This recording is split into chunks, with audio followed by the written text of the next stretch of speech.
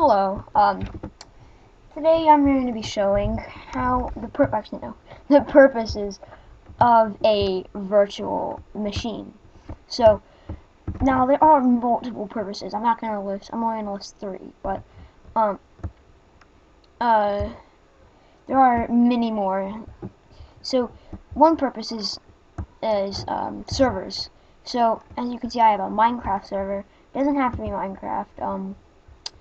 But you can run servers on virtual box without having to have a new computer that you use to run the server.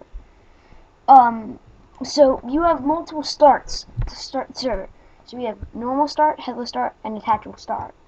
Now, headless start would be for servers that don't need display um, to run. Like you don't need to set up some things, configure the server, and then it runs. So do headless start.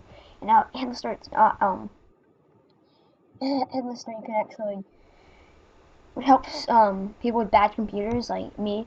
Helps it run faster.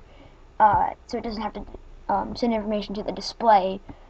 Then you have normal start, which has the display for servers that you do have to configure and then start it. So yeah, now that's one purpose. Now second purpose would be um, for antivirus testing. So um, so you could on operating systems like this and VirtualBox, you can load viruses on it. You can download it, as many viruses as you want and test out an antivirus. So without destroying your current computers, you can just use the virtual machine that you have. Now I have Linux Mint, and Debian. Debian's the Debian's the only one that doesn't have display. Um, it's not interactive. Mine OS isn't interactive, but Debian is just the pure language.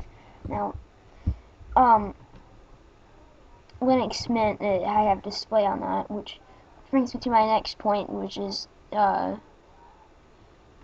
educational purposes. So, what would you that might sound weird, but you could use it for educational purposes because, like, maybe you want to learn the language, you want to learn how to type in Linux Mint. Well, instead of having to load the operating system with an ISO or a disk onto your computer, you could just use VirtualBox to do that without overwriting any operating system you currently have. Now, you don't have to overwrite operating system you currently have to run it, to run a different operating system on it, but you could mess it up with that. So a more simpler way would be using VirtualBox. And then you could go into that and learn the language without having to load it on your computer. Um, that's really all I want to say. But next next video, I will like that. I will be showing you how to make your own virtual machine. So yeah, stay tuned for that if you would like to know. But you can also just Google a tutorial. That's the thing too. All right, bye.